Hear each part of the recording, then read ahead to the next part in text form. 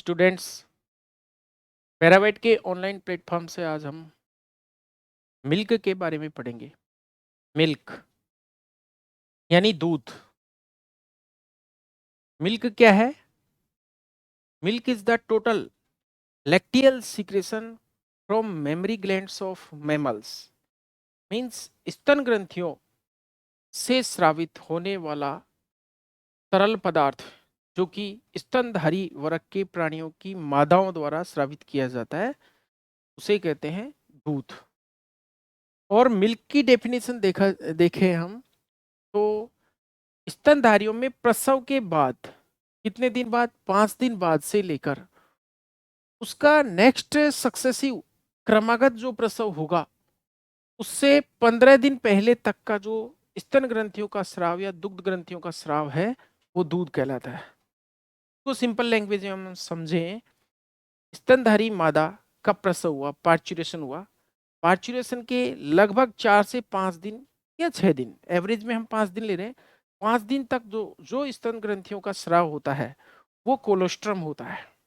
उसके बाद से लेकर के और जब उसका नेक्स्ट प्रसव, क्योंकि 2 से 3 महीने में हम काऊ बफेलो को प्रेग्नेंट करा देते हैं और 2 से 3 महीने से उसकी प्रेगनेंसी शुरू हो जाती है और प्रेगनेंसी शुरू होने के बाद उसका गर्भकाल पूरा होता है, उसका गेस्टेशन पीरियड, उसके बाद उसका होता है पार्चुरेशन।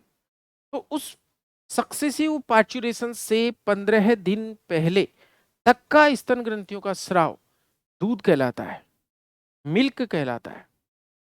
देखिए हम कोलोस्ट्रम को और दूध को कैसे अलग अलग करेंगे। जब हम कोलोस्ट्रम को बॉईल करते हैं तो कोलोस्ट्रम में चूंकि प्रोटीन्स की अधिकता होती है, इस वजह से, और साल्ट्स की अधिकता होती है, खनिजों की अधिकता होती है, इसलिए कोलोस्ट्रम क्लॉट हो जाता है। तो एक टेस्ट जो हम बताएंगे आपको, clot on boiling test, COB test. COB test दूध को कोलोस्ट्रम से अलग करने का एक टेस्ट है। यानी हम कैसे जज करेंगे कि 5 दिन या 6 दिन कब तक कोलोस्ट्रम आ रहा है। तो हम उस मादा प्राणी से की स्तन ग्रंथियों से स्रावित जो तरल पदार्थ है, सामान्यतया सफेद रंग का होता है दूध, लेकिन गाय के केस में ये हल्का पीला हो सकता है। तो उस दूध को हम बॉईल करते हैं या गर्म करते हैं तो वो अगर क्लॉट हो जाता है तो उसे हम कोलोस्ट्रम कहते हैं, यानी खीस, या बीस्टिंग भी कहते हैं उसको। और यदि क्लॉट नहीं होता है, नॉर्मल रूप से बॉईल होता है, तो उसे हम दूध कहते हैं, मिल्क कहते हैं। आइए जानते हैं विभिन्न पशुओं के दूध का क्या कंपोजिशन होता है। तो स्तनधारी जंतुओं, मैमल्स के द्वारा जो उसके यंग वंस होते हैं उनके उनके पोषण के लिए जो स्तन ग्रंथियों से स्रावित पदार्थ होता है वो दूध होता है। ये छोटे बच्चे शुरुआत में दूध से पोषण प्राप्त करते हैं जब तक कि वो ठोस खाना खाना शुरू नहीं कर दे, अर्थात उनका पाचन तंत्र पूर्ण रूप से विकसित नहीं हो जाए, तब तक वो दूध पर सरवाइव करते हैं, मिल्क पर सरवाइव करते हैं। दूध में कुछ एंटीबॉडीज भी होती हैं जो कि कोलोस्ट्रम में ज्यादा होती है, खीस में ज्यादा होती हैं। शुरुआत में जब छोटे यंग वंस, छोटे बेबी, छोटे बच्चों की आंतों की पारगम्यता प्रचुर होती है, आंतों की पारगम्यता अच्छी होती है, तब इस कोलोस्ट्रम में स्रावित जो इम्यूनोग्लोबुलिन्स प्रोटीन्स हैं ये अवशोषित हो जाती है और उस छोटे बच्चे में रोग प्रतिरोधक क्षमता मींस इम्यूनिटी डेवलप करती है। तो कोलोस्ट्रम इम्यूनिटी यानी रोग प्रतिरोधक क्षमता को छोटे बच्चे में पैदा करने के लिए बहुत अच्छा स्रोत है। बाद में यह दूध द्वारा भी कुछ मात्रा में प्रोड्यूस की जाती है। तो कंपोजिशन की हम बात करते हैं तो आपके सामने ये विभिन्न जानवरों, विभिन्न डोमेस्टिक एनिमल्स के मिल्क का कंपोजिशन है। सबसे पहले हम कैटल या गाय की बात करते हैं। तो गाय के दूध में पानी की मात्रा 86.6% होती है, 86.6%। वसा होती है 4.6%। प्रोटीन लगभग 3.4%। लैक्टोज 4 से लेकर के 5 और हम माने तो 4.9%। और एस जो मिनरल्स होते हैं, एस या राख, मिल्क को जब हम बॉईल करते हैं तो अंत में कुछ ठोस पदार्थ रह जाता है फैट को हटाने के अलावा, फैट के अलावा, तो उसे हम कहते हैं राख या एस, जिसमें केवल खनिज होते हैं। भैंस के दूध की बात करें तो भैंस के दूध में गाय के दूध की तुलना में पानी की मात्रा में कमी होती है, यानी पानी कम हो गया, यानी भैंस का दूध गाय की तुलना में गाढ़ा हो गया। फैट की परसेंटेज गाय से ज्यादा है, 6.6 है। और हम जैसे मुर्रा बफेलो की बात करें तो 7 से 8% फैट होती है। यदि हम भदावरी की बात करें तो भदावरी जो भारत की नस्ल है भैंस की, उत्तर प्रदेश के भदावर क्षेत्र की, तो उसमें फैट परसेंटेज लगभग 12 से 14% तक होती है। और वो कॉपर कलर बफेलो होती है जिसके मिल्क में सर्वाधिक फैट परसेंटेज होती है। बात हम करें प्रोटीन की तो 3.9% प्रोटीन होता है बफेलो के मिल्क में, और लैक्टोज 5.2% और एस होती है 0.8%। गाय की तुलना में थोड़ी ज़्यादा ऐश है, लैक्टोज थोड़ी ज़्यादा है। इस प्रकार से हम प्रोटीन थोड़ी ज़्यादा है, फैट भी थोड़ी ज़्यादा है, यानी सारे पैरामीटर्स गाय की तुलना में भैंस के दूध के ज़्यादा हैं, अर्थात भैंस का दूध गाय की तुलना में गाढ़ा होता है। भेड़ की बात करें तो भेड़ के दूध में 79.4% क्या है, पानी, यानी 79.4% पानी होने के कारण, यानी पानी की कमी है। अर्थात इस भेड़ के दूध की नेचर कैसी होगी, इन अन्य जो दो जानवर पड़े उनकी तुलना में गाढ़ा होता है। ओवरऑल हम अन्य जानवरों से तुलना करें तो सबसे कम वाटर कंटेंट, पानी की मात्रा भेड़ के दूध में है, अर्थात भेड़ का दूध इन जानवरों में सबसे गाढ़ा होता है। फैट की मात्रा की बात करें तो इन दो दिए गए जानवरों में फैट भी सबसे ज्यादा है, 8.6%। प्रोटीन की बात करें तो दिए गए ऑप्शंस में प्रोटीन भी सबसे ज्यादा है, 6.7%। लैक्टोज है 4.3% और राख है 1%। इसके बाद हम गोट मिल्क की बात करें, बकरी के दूध की बात करें। देखिए भेड़ का दूध गाढ़ा होता है, भेड़ का दूध कुछ चोट मोच सूजन या हड्डियों के टूटने पर टॉपिकली भी लगाया जाता है। बात करते हैं भेड़ बकरी के दूध की, तो बकरी का दूध जो है मानव मिल्क यानी ह्यूमन मिल्क से सबसे मिलता जुलता दूध होता है। छोटे शिशुओं को पिलाने के लिए सबसे अच्छा दूध होता है बकरी का दूध। बकरी का दूध सुपाच्य होता है, इसलिए छोटे यंग वंस मानव के छोटे बच्चों को पिलाया जाता है। 86.5% पानी है, वही गाय के दूध की से मिलता जुलता है। 4.5% फैट होती है, 3.5% प्रोटीन होता है, लैक्टोज होती है 4.7% और राख होती है, एस होती है 0.8%। बात हम ऊँटनी के दूध की करते हैं तो 87.7% वाटर है, 3.1% इसके अंदर क्या है, फैट है। उसके बाद प्रोटीन की बात करें 4% प्रोटीन है, लैक्टोज की बात करें 5.6%। यहाँ पर देखिए जो भी ऑप्शंस हैं इनमें सबसे ज़्यादा ऊँटनी यानी मीन्स कैमल काऊ के मिल्क में सबसे ज़्यादा लैक्टोज है दिए गए ऑप्शंस में। वैसे सबसे ज़्यादा लैक्टोज की बात करें तो मानव दुग्ध में सबसे ज़्यादा लैक्टोज परसेंटेज होता है 7 से 8%। राख की बात करें, एस की बात करें, मिनरल्स की बात करें तो 0.8%। अब हम बात करते हैं सुअरी या सौ मिल्क। सौ मिल्क में वाटर कंटेंट दिए गए ऑप्शंस में सबसे ज़्यादा है, यानी लगभग 89.6% वाटर है, फैट है 4.8% और प्रोटीन है 1.3%। प्रोटीन काफ़ी कम है, लैक्टोज है 3.4% और 0.9% क्या है इसमें, सुअरी के दूध में क्या है ये, खनिज या फिर उसको एस कह सकते हैं। अब इस चार्ट के आधार पर जो बनेगे प्रश्न मैं आपको बताता हूँ। प्रश्न आएगा निम्न में से किस पशु का दूध सबसे गाढ़ा होता है, अथवा निम्न में से किस पशु के दूध में सर्वाधिक लैक्टोज होती है, निम्न में से किस पशु के दूध में सर्वाधिक प्रोटीन होती है, निम्न में से किस पशु का के दूध में एस की मात्रा सर्वाधिक होती है। तो एस के लिए आंसर हो गया भेड़।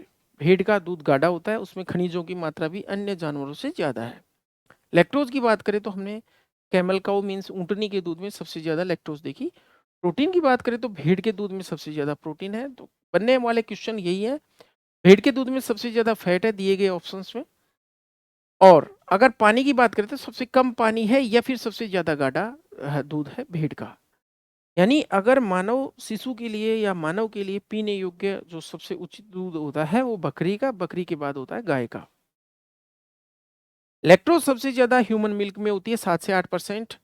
और लैक्टोज अगर हम गायों की बात करें तो साहिवाल गाय के दूध में, जो इंडिया की देसी नस्ल है, इंडिजिनस ब्रीड है, उसके दूध में सबसे ज्यादा लैक्टोज होती है, इसलिए थोड़ा मीठा होता है। साहीवाल गाय का दूध। इसके बाद जो अगर वर्ल्ड की बात करें या फिर एक्सोटिक कैटल की बात करें तो ब्राउन स्विस जो गाय की नस्ल है उसके दूध में सबसे ज्यादा क्या होती है, लैक्टोज होती है। इसके बाद हम कुछ टेस्ट टेस्ट की बात करें जो कि दूध में मिलावट मींस एडल्ट्रेशन के बारे में हमें बताते हैं। तो कुछ टेस्ट की बात करें, टेस्ट तो मिल्क के ऊपर या मिल्क के लिए जो टेस्ट किए जाते हैं इंपॉर्टेंट है एग्जाम की दृष्टि से। तो सबसे पहले जो टेस्ट है वो है organoleptic test. Organoleptic test, organoleptic का मतलब वे टेस्ट जिनको हम हमारे संवेदी अंगों से यानी सेंसरी ऑर्गन से हम पता कर सकते हैं, महसूस कर सकते हैं, उनको ऑर्गेनोलेप्टिक टेस्ट कहते हैं। तो ऑर्गेनोलेप्टिक टेस्ट में सबसे पहले कलर, कलर को हम देख सकते हैं आंखों से, फ्लेवर और ऑर्डर। फ्लेवर को हम टेस्ट कर सकते हैं जीभ से, जीभ भी एक संवेदी अंग है, एक ज्ञानेंद्रिय है। और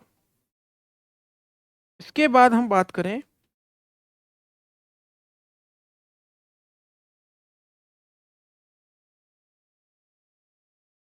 तो ऑर्डर का मतलब होता है गंध। तो गंध का भी पता हम नाक से लगा सकते हैं। तो इन सब का टेस्ट या इन सब को हम देख सकते हैं, उसकी कंसिस्टेंसी देख सकते हैं कि दूध में किसी प्रकार की मिलावट तो नहीं है। कलर देखकर, फ्लेवर देखकर, ऑर्डर देखकर ये इन सभी से हम पता लगा सकते हैं। या फिर टेस्ट भी हम जीभ से महसूस कर सकते हैं, टेस्ट। इसके बाद ऑर्गेनोलेप्टिक टेस्ट करने के बाद यदि मान लीजिए दूध का पता चल गया कि ये अडल्ट्रेटेड है, इसको इसमें मिलावट की गई है, तो उसके बाद हम अन्य टेस्ट करते हैं। तो इम्पोर्टेंट टेस्ट आपको बताए जा रहे हैं यहाँ पर। आयोडीन टेस्ट, आयोडीन टेस्ट किसके लिए किया जाता है? आयोडीन टेस्ट किया जाता है स्टार्च की मिलावट के लिए, स्टार्च की मिलावट, एडल्ट्रेशन ऑफ स्टार्च। स्टार्च की मिलावट के लिए किस प्रकार का परीक्षण किया जाता है? आयोडीन टेस्ट किया जाता है, जो कि नीला रंग देता है, जो बैंगनी रंग होता है आयोडीन का उसको नीला कर देता है आयोडीन टेस्ट। आयोडीन टेस्ट के बाद हम फास्फेटेज टेस्ट करते हैं, फास्फेटेज टेस्ट। देखिए फास्फेटेज एक एंजाइम होता है। यदि हम दूध को बॉईल करते हैं या फिर इसको एक टेम्परेचर देते हैं पास्चुराइजेशन का, तो फास्फेटेज एंजाइम नष्ट हो जाता है। तो फास्फेटेज टेस्ट करते हैं पास्चुराइजेशन की दक्षता या पाश्चुरीकरण की दक्षता, इफिकेसी ऑफ पास्चुरेशन के लिए, पास्चुराइजेशन के लिए करते हैं फास्फेटेज टेस्ट। पाश्चुरीकरण आप जानते हो, दूध को लंबे समय तक सुरक्षित रखने के लिए दूध को दो तरह से पाश्चुराइज किया जाता है। एक तो LT-LT होता है और एक HT-HT होता है। LT-LT का मतलब होता है लो टेम्परेचर लॉन्ग टाइम, और HT-HT का मतलब होता है high temperature short time. High temperature short time में दूध को 72.8 डिग्री अथवा 73 डिग्री सेंटीग्रेड पर 15 सेकंड के लिए गर्म किया जाता है। इसको फ्लैश मेथड भी कहते हैं, कुछ समय के लिए गर्म किया। तो इसको फ्लैश मेथड इसलिए कहा कि जैसे कैमरे का फ्लैश होता है कुछ समय के लिए। दूसरा होता है low temperature long time. Low temperature long time का मतलब है कि 63 डिग्री सेंटीग्रेड तापमान पर हम दूध को 30 मिनट तक गर्म करते हैं, जिससे उसकी लाइफ है या फिर खराब होने की जो टाइम है वो बढ़ जाता है। तो जो पैकिंग करके दूध को और भेजा जाता है विभिन्न प्रकार की पॉलीथीन्स में या फिर पैकेजिंग करके उसे भेजा जाता है, जैसे टेट्रा पैक है या फिर डेयरी ज्यादातर पाश्चुरीकृत दूध को ही सेल आउट करती है। तो फास्फेटेज टेस्ट किया जाता है कि इस दूध का पाश्चुराइजेशन प्रॉपर हुआ है या नहीं हुआ है। अगला टेस्ट है, तीसरा इंपॉर्टेंट है, अभी हमने डिस्कस किया COB टेस्ट। फुल फॉर्म होती है इसकी clot on boiling test. Clot on boiling का मतलब होता है उबालने पर जम जाना, उबालने पर जम जाना, क्लॉट हो जाना। चूंकि दूध को जब गर्म किया जाता है या बॉईल किया जाता है तो दूध का कुछ जो प्रोटीन है वो उस पात्र के चारों तरफ जम जाता है। जब हम कोलोस्ट्रम को बॉईल करते हैं तो कोलोस्ट्रम तो पूरी तरह क्लॉट हो जाता है क्योंकि कोलोस्ट्रम के अंदर प्रोटीन्स ज्यादा होती है इस वजह से। तो दूध और कोलोस्ट्रम को अलग करने के लिए, खीस व दूध को अलग करने के लिए, खीस व दूध को अलग करने के लिए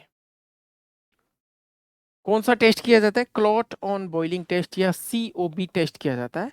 ये भी इंपॉर्टेंट है। इससे हम ये डिसाइड करते हैं कि 5 दिन तक चूंकि खीस आता है, उसके बाद 5 से 7 दिन बाद दूध आने लग जाता है स्तन ग्रंथियों से। तो अभी तक दूध स्रावित हुआ या नहीं हुआ या खीस ही आ रहा है, इसके लिए जो टेस्ट किया जाता है वो है क्लॉट ऑन बॉइलिंग टेस्ट, अथवा दूध में खीस की मिलावट भी कह सकते हैं इसको। अगला टेस्ट है एक हंसा टेस्ट। हंसा टेस्ट, हंसा एक हंस पक्षी होता है। तो प्राचीन मान्यताओं के अनुसार इस हंस में या हंस एक पक्षी में गाय के दूध और भैंस के दूध को अलग करने की क्षमता मानी जाती है पौराणिक मान्यताओं के अनुसार। हंसा टेस्ट का नाम यहाँ पर हम कर रहे हैं, ये एंटीबॉडीज या इम्यूनोग्लोबुलिन्स के आधार पर टेस्ट होता है। किसके आधार पर? इम्यूनोग्लोबुलिन्स के आधार पर। और इस टेस्ट को उपयोग किया जाता है गाय और भैंस के दूध की मिलावट या गाय के दूध में भैंस के दूध की मिलावट, या इन दोनों दूध गाय और भैंस के दूध को पृथक करने के लिए कौन सा टेस्ट किया जाता है? हंसा टेस्ट, की इसमें मिलावट है या नहीं, आपस में मिलाए गए है या नहीं। आगे हम बात करते हैं, कभी कभी दूध में शुगर मिला दी जाती है, चीनी। तो अगला टेस्ट हो गया, शुगर के लिए एक टेस्ट किया जाता है जिसको बोलते हैं resorcinol test. Resorcinol test,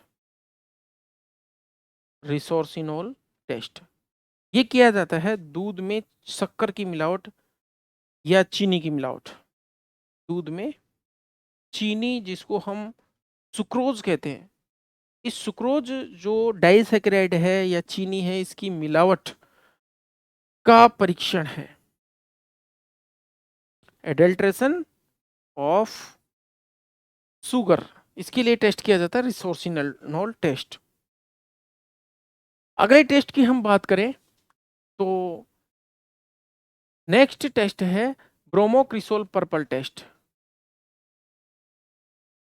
ब्रोमोक्रिसोल purple test, ये टेस्ट किया जाता है दूध के अंदर डिटर्जेंट की मिलावट के लिए। डिटर्जेंट की मिलावट, डिटर्जेंट की मिलावट के लिए कौन सा टेस्ट किया जाता है? डिटर्जेंट्स का मतलब जो अपमार्जक होते हैं, जैसे सर्फ होती है जिसको हम सामान्य भाषा में अपमार्जक या कपड़े धोने के लिए जो काम में ली जाती है, तो ब्रोमोक्रिसोल पर्पल टेस्ट किया जाता है। इसके बाद एक दूध में सूक्ष्म जीवों की वृद्धि के लिए टेस्ट किया जाता है। चूंकि आपको पता है दूध एक पेरिसेबल प्रोडक्ट है, मींस दूध को यदि हम 37 डिग्री या अबव टेम्परेचर पर रखते हैं या रूम टेम्परेचर पर रखते हैं तो दूध में काफी सारे सूक्ष्म जीव वृद्धि कर जाते हैं, क्योंकि दूध सूक्ष्म जीवों की वृद्धि के लिए बहुत ही अच्छा माध्यम होता है। तो दूध में इन सूक्ष्म जीवों की संख्या ज्ञात करने के लिए, क्योंकि जितने ज्यादा बैक्टीरिया होंगे उतना ही दूध के खराब होने के चांसेस ज्यादा होंगे, तो इन बैक्टीरिया की संख्या जब ज्यादा होती है तो इसके लिए टेस्ट किया जाता है methylene blue reduction test. Methylene blue reduction test दूध में सूक्ष्म जीवों की संख्या या मात्रा, मीन्स अगर सूक्ष्म जीव ज्यादा है तो उसका वो किण्वन करेंगे, फर्मेंटेशन करेंगे, उससे वो खराब करेंगे। तो जितनी ज्यादा बैक्टीरियल कंटामिनेशन होगा उतना ही मिथाइलिन ब्लू एक डाई होती है, इस डाई को क्या कर देते हैं? रिड्यूस कर देता है। इस डाई को अपचयित कर देते हैं ये बैक्टीरिया। तो जितने ज़्यादा बैक्टीरिया उतनी ही ज़्यादा मिथाइलिन ब्लू का जल्दी रिडक्शन होएगा। तो ये टेस्ट किया जाता है मिल्क के अंदर सूक्ष्म जीवों की या बैक्टीरिया की पॉपुलेशन के लिए या उनकी संख्या के लिए। आगे हम बात करते हैं, जैसे लैक्टोमीटर से भी दूध का घनत्व ज्ञात किया जाता है। तो लैक्टोमीटर जो है वो यूज किया जाता है पानी। तो लैक्टोमीटर रीडिंग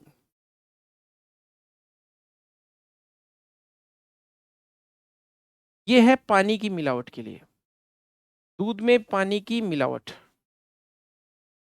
क्योंकि हम जानते हैं जब दूध में पानी मिलाया जाएगा तो पानी मिलाने से दूध का अपेक्षित घनत्व, जो स्पेसिफिक ग्रेविटी है, वो घट जाती है। और आपको पता है दूध की स्पेसिफिक ग्रेविटी को मापने के लिए एक यंत्र आता है, एक उपकरण आता है जिसे कहते हैं लैक्टोमीटर। तो लैक्टोमीटर रीडिंग पानी की मिलावट के लिए यूज की जाती है। अगला है फ्रीजिंग पॉइंट डिप्रेशन।